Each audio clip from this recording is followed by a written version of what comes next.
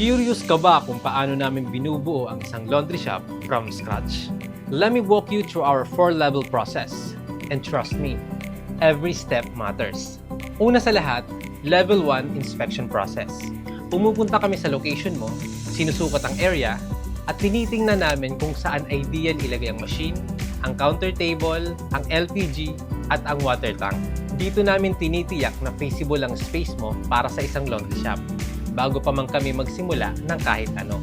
Kapag okay na, proceed na tayo sa Level 2, laundry setup and installation.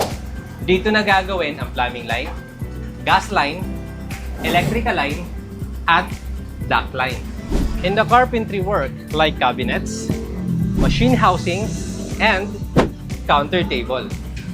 Inihahanda namin ang buong space para maging fully ready para sa delivery. Level 3, machine delivery.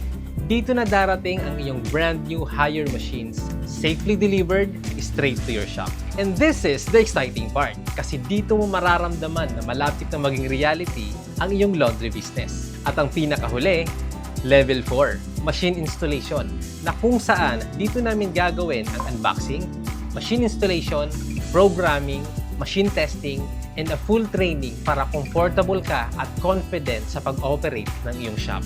Yan ang Sub Equipment. From site inspection hanggang fully operational na laundry shop, every level nandoon kami para sa inyo. So choose Sub Equipment. Your business, our expertise.